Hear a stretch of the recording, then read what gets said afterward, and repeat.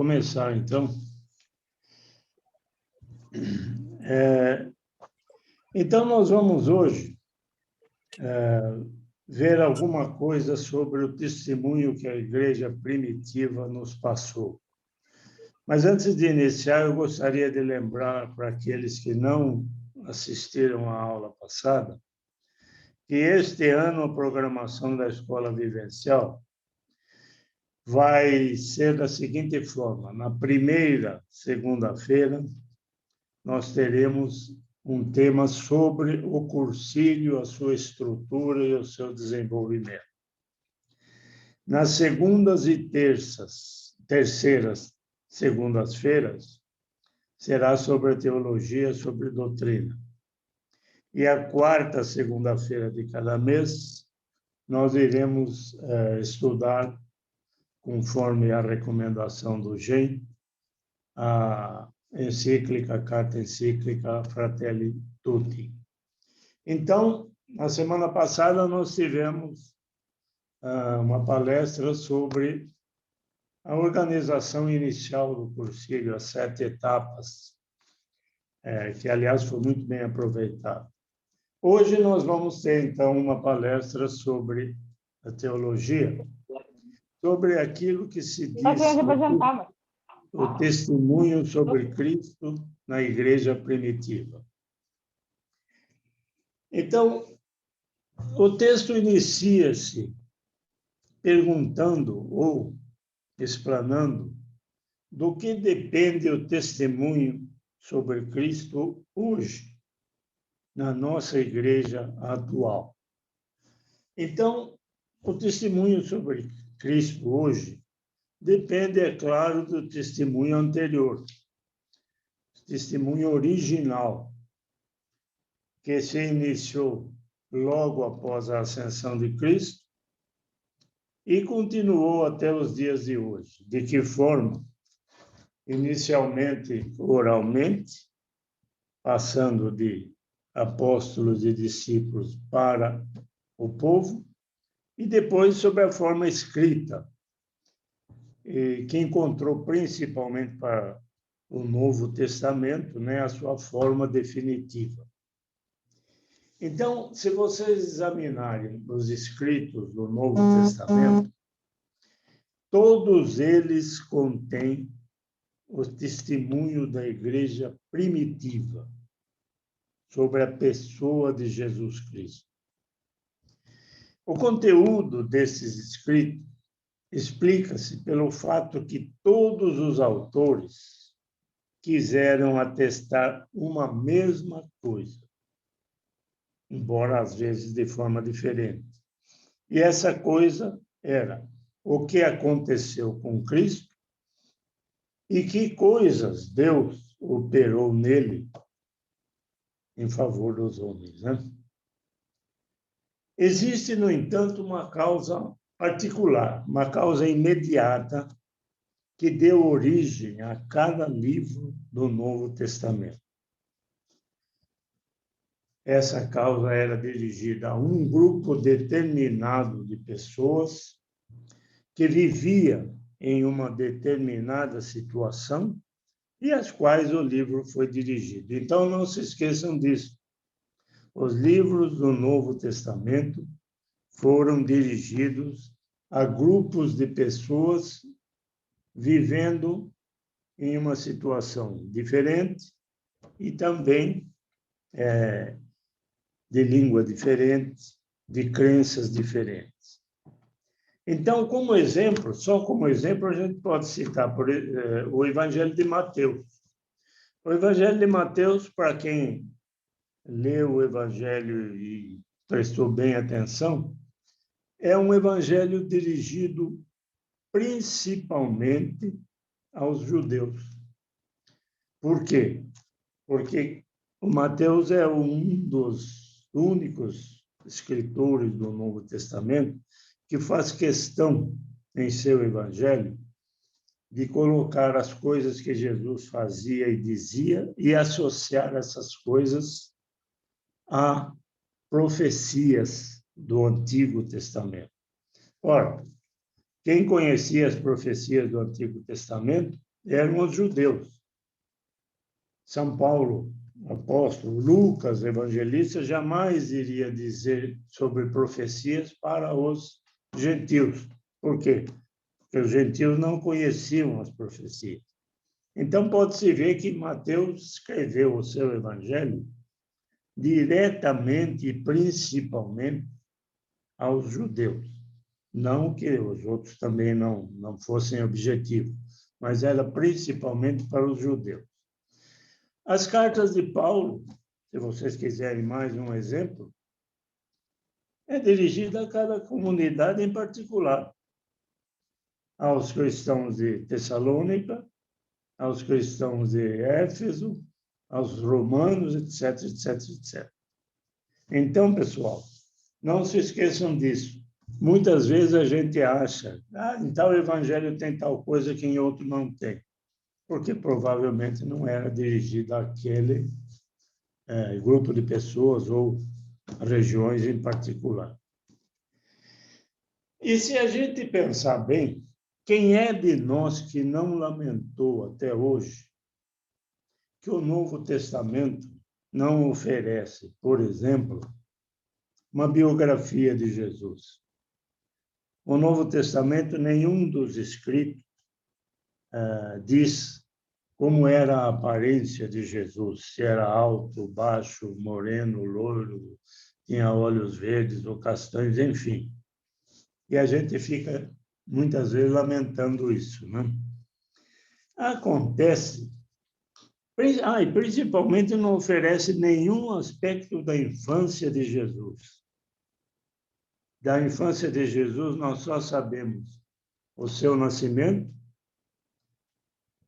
7 dias depois da sua apresentação ao templo, e aquele episódio dos 12 anos. Fora isso, nada mais é dito em nenhum dos evangelhos, nem nos Atos, enfim, nem em carta nenhuma de São Paulo. E por que isso? Porque os evangelistas selecionaram nos seus relatos aquilo que era a sua intenção, somente isso. E qual era a intenção dos evangelistas? Não sei se a gente já chegou a pensar sobre isso. Mas vejam bem como o final do Evangelho de João dá uma pista perfeita sobre qual era a intenção dos evangelhos, de cada evangelista.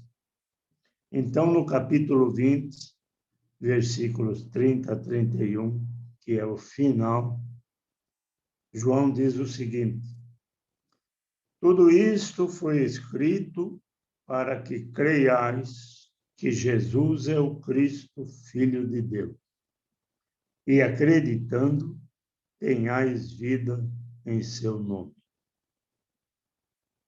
Tudo foi escrito para que as pessoas creiam que Jesus é o Filho de Deus e, crendo nisso, terão então a vida eterna. Era essa e somente essa a intenção dos autores do Novo Testamento. Por quê? A única intenção deles era que a gente cresce, quem recebesse a mensagem acreditasse que Jesus era o Filho de Deus e que, crendo em Jesus, a gente teria a vida eterna. Era muito difícil converter as pessoas daquele tempo, que eram cheias de crenças, de superstições, enfim, de tudo quanto era coisa diferente uma da outra. Então, não. Os evangelhos foram escritos para que a pessoa que recebesse a mensagem acreditasse no Cristo, Filho de Deus. Ponto final. Nada mais interessava. E tem outra coisa que a gente estranha quando a gente estuda um pouquinho, né, a história do Novo Testamento e dos escritos, enfim. Eles não surgiram imediatamente após, né, a morte de Jesus e a sua ascensão. E uma das razões para isso por causa dessa demora em aparecerem os escritos, foi que a igreja primitiva aguardava para muito breve a segunda vinda de Cristo. Eles achavam que o Cristo voltaria ainda no período da vida deles, dos primeiros, né? Então, uma comunidade que era composta de homens sem conhecimento literário, que esperava para muito logo a volta de Jesus e o fim do mundo, né? Eles não tinham vontade de produzir escritos, né? Que não seriam lidos por quase ninguém. Por isso, nada foi escrito durante os primeiros tempos, os primeiros 2 ou 3 decênios após a ascensão de Jesus Cristo. Nesses primeiros tempos, os temas sobre Jesus tiveram uma aparência de uma existência apenas oral, transmitido de quem viu para aqueles que estavam aprendendo, os prosélitos. Então, o escrito mais antigo, pessoal, o primeiro testemunho escrito sobre Jesus e sobre a sua vida, suas ações, e principalmente como ele queria que a gente se conduzisse, é a primeira carta de São Paulo aos Tessalonicenses. Esse foi o primeiro escrito do Novo Testamento, muito antes dos evangelhos, inclusive. Ele foi escrito por volta do ano 54, ou seja, 20 e tantos anos após a ascensão de Jesus. E o evangelho mais antigo, todos sabem, é o evangelho de Marcos, por sinal, o mais sumarizado, o mais conciso, né? Que apareceu somente cerca de 40 anos depois da ascensão de Jesus, no meio lá da década do ano 70, 74, 75. Tudo isso faz supor que esses escritos, particularmente os evangelhos, se baseiam em tradições anteriores. De que forma? Oralmente, dos que presenciaram para os que estavam se tornando cristãos.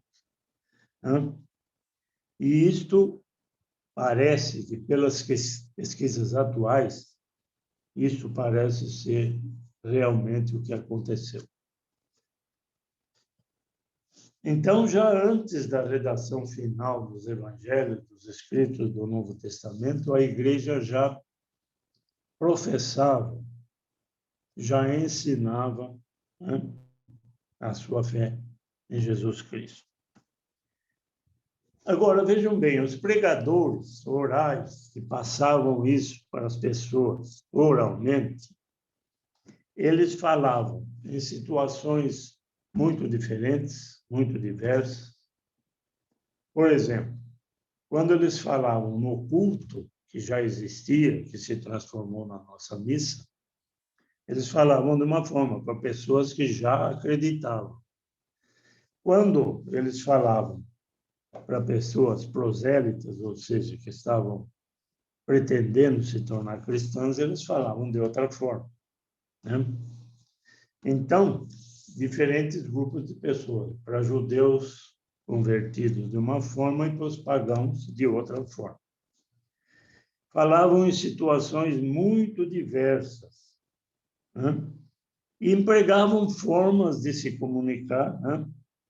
Também muito difíceis, muito diferentes, se era na catequese ou nas narrações para as pessoas que ainda não conheciam o Cristo. Em certas ocasiões, conforme os tempos foram se adiantando, alguns acharam a necessidade, né? Chegaram à necessidade de escrever aquilo lá. Por quê? Porque os que pregavam oralmente, as primeiras testemunhas, né? Os apóstolos e os discípulos, começaram a morrer. Então, cada vez mais sobravam poucas testemunhas oculares, né, daquilo que aconteceu. Então, para que a tradição oral, terminando, não acabasse com o ensino do evangelho, vamos dizer assim, daquilo que Jesus fez e pregou, começaram a escrever para não se perder aquilo que era o mais importante, que era o testemunho daqueles que presenciaram. Então, vejam bem, tudo isso pode ser visto de uma forma muito real nas epístolas de São Paulo. São Paulo mesmo não foi testemunha ocular nem presencial da vida de Cristo. O testemunho que ele deixa nas epístolas dele é o reflexo da fé tradicional da igreja primitiva e que ele recebeu de outros. Ele mesmo não viu, ele recebeu de outros e, posteriormente, muita coisa, segundo ele mesmo diz, do próprio Jesus Cristo, né? Em visões ou sei lá de que forma que ele não fala. Então, esse recurso a tradições anteriores da igreja primitiva também pode ser verificado nos evangelhos. Nós sabemos que os evangelhos de Marcos e de Lucas, esses dois, foram escritos por quem? Por pessoas, autores, que não foram testemunhas oculares da presença de Jesus Cristo. Marcos, muito provavelmente, escreveu o seu evangelho recolhendo aquilo que ele ouviu, muitas vezes, das pregações orais de Pedro. E Lucas, vejam bem, no capítulo 1 de Lucas, nos versículos 1 e 2, ele começa o evangelho dele dizendo o seguinte, vejam bem, abre aspas, muitos tentaram descrever a história do que aconteceu entre nós, tal como nos transmitiram aqueles que desde o princípio foram testemunhas oculares e ministros da palavra. Então, Lucas já vai dizendo que o que ele escreveu foi transmitido por outros, que foram testemunhas oculares. E entre eles, Nossa Senhora, né? Com a qual ele tinha muita intimidade. E ela contou muita coisa sobre ele, sobre o Cristo e sobre ela. Tanto que o Evangelho de Lucas é o que mais fala de Maria. É provável que o Evangelho escrito por Mateus tenha sido baseado no primeiro Evangelho, qual foi o de Marcos. E segundo pesquisas atuais, bem profundas, por sinal, eu andei lendo algumas delas, o Evangelho de João, vejam bem, não é uma certeza definitiva, mas segundo as pesquisas mais atuais, mais modernas, mais profundas, o próprio Evangelho de João não foi escrito por ele em pessoa. Embora, muito provavelmente, esse Evangelho que não foi escrito por ele em pessoa, tenha sido escrito segundo a pregação dele, né? Segundo a pregação de João. Então, vejam bem,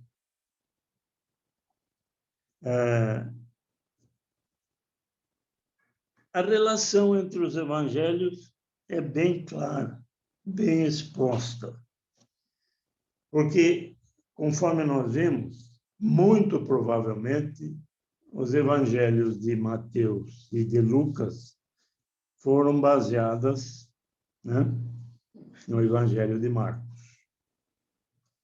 Então, a mútua dependência desses três primeiros evangelhos são muito parecidos, Mateus, Marcos e Lucas.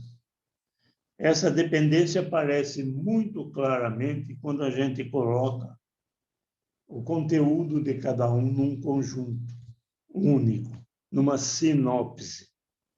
Esse conjunto chama-se sinopse. Então, se vê que Mateus e Lucas aceitaram quase totalmente o texto de Marcos.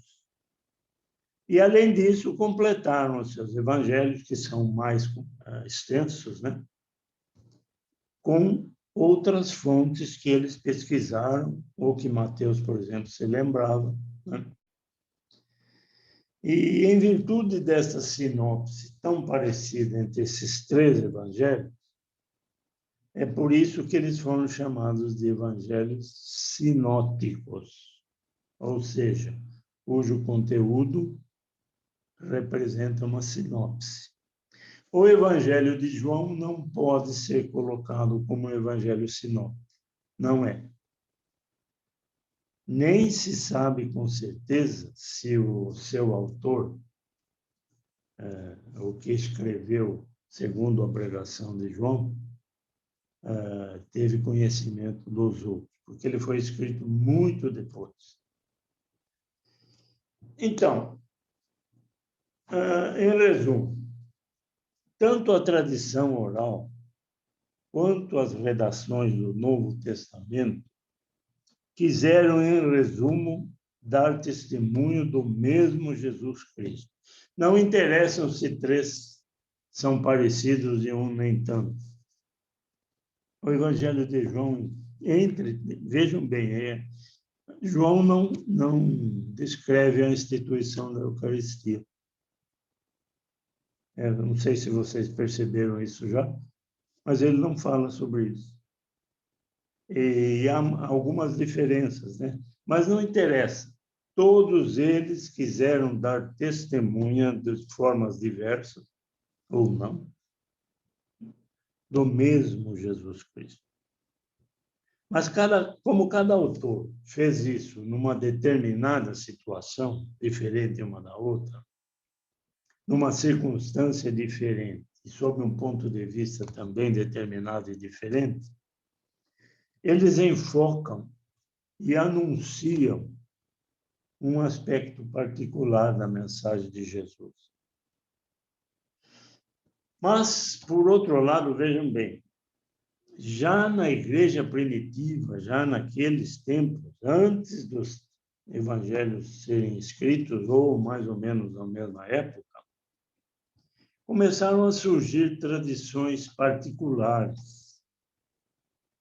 E livros foram escritos que apresentaram de modo muito pouco seguro, ou mesmo incorreto, a vida e a obra de Jesus Cristo. Vejam bem, há evangelhos de Pedro, de Tomé, de Nossa Senhora, de Judas, enfim, evangelho de Judas. E um desses evangelhos, inclusive, apresenta muitas particularidades da infância de Jesus Cristo, dizendo que ele conversava com passarinhos, com animais, enfim, coisas absolutamente sem propósito e coisas absolutamente fantasiosas. Esses, digamos assim, esses escritos absurdos, às vezes, foram estudados com muito cuidado pela igreja, e todo aquele evangelho que apresentava fatos duvidosos ou fatos sem comprovação foram excluídos do cânon da igreja. Por isso, eles são chamados apócrifos, ou seja, irregulares, vamos traduzir livremente. Isso não quer dizer, prestem atenção, que tudo aquilo que está escrito nos evangelhos apócrifos seja mentira. Muita coisa até pode ser verdade, só que não há comprovação segura. Por isso, eles foram excluídos. Por exemplo, eu vou dar um exemplo para vocês. Todo mundo conhece o nome dos 3 reis magos: Gaspar, Baltazar e Melquior. 3. Nos evangelhos legítimos, nem em Marcos, nem em Mateus, nem em Lucas, nem em João, são citados 3 reis magos, e muito menos o nome deles. Isso é de um evangelho apócrifo. Mas como pode ser verdade? Não há comprovação, mas pode ser que seja verdade. Não que tenha sido incluído no cânon, não foi. Mas se tornou comum entre os cristãos acharem isso. 3. Pensei até que fosse mais. Os evangelhos legítimos dizem apenas uns magos. E a palavra mago aí quer dizer um estudioso, principalmente de astrologia. Por isso eles dizem que viram nos céus a estrela de Jesus. Eles eram astrônomos, astrólogos. Então, muita coisa que a gente conhece é dos apócrifos. Torno a repetir, muita coisa dos apócrifos é absurda, mas pode ser que alguma coisa deles tenha um certo sentido, embora não reconhecidos pela Igreja, porque não há fonte segura.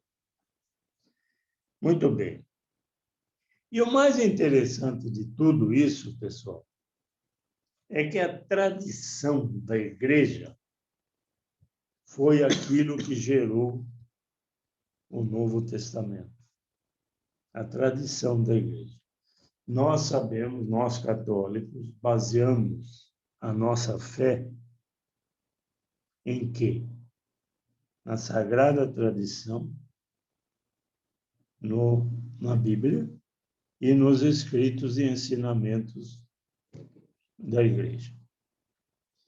Os protestantes só aceitam a Bíblia, eles desprezam a tradição.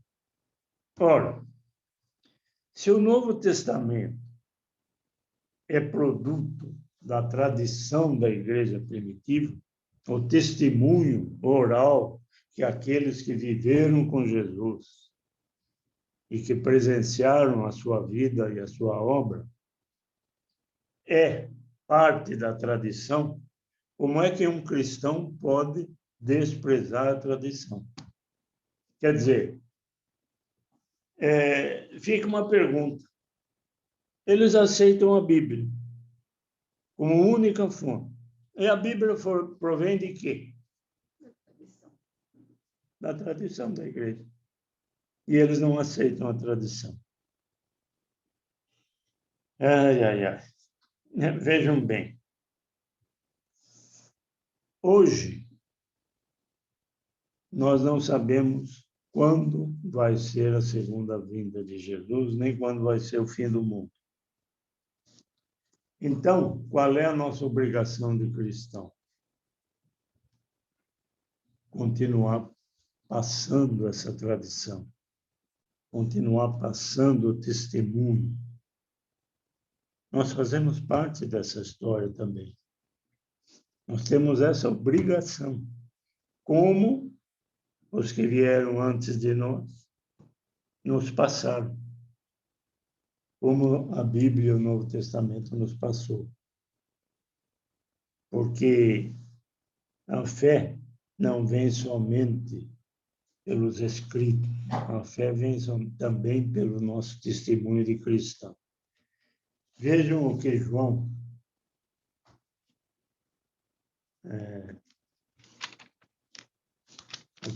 escreve no capítulo 17, versículos 20 a 26. Eu vou ler isso daqui para terminar. Vejam bem. João descreve o seguinte, palavras, parte da oração sacerdotal de Jesus, que só João coloca. Os outros evangelhos não têm. Diz o seguinte, Jesus falando para Deus, né? Eu não te peço apenas em favor deles, os cristãos, principalmente os apóstolos na hora ali, mas de todos os que acreditavam nele. Mas em favor também daqueles que vão acreditar em mim por meio da palavra deles. Então, Jesus pede por nós também. Para que todos sejam um, como tu, Pai, estás em mim e eu em ti. Para que também eles estejam em nós, a fim de que o mundo acredite que tu me enviaste. Eu lhes tenho dado a glória que tu me deste, para que eles sejam um como nós somos um. Eu neles e tu em mim, para que sejam aperfeiçoados na unidade, e para que o mundo reconheça que tu me enviaste e que amaste a eles como amaste a mim. Pai, eu quero que aqueles que tu me deste estejam comigo onde eu estiver, para que vejam a minha glória que tu me deste, pois me amastes antes da fundação do mundo. Pai justo, o mundo não te conheceu, mas eu te conheci. E eles conheceram que tu me enviaste.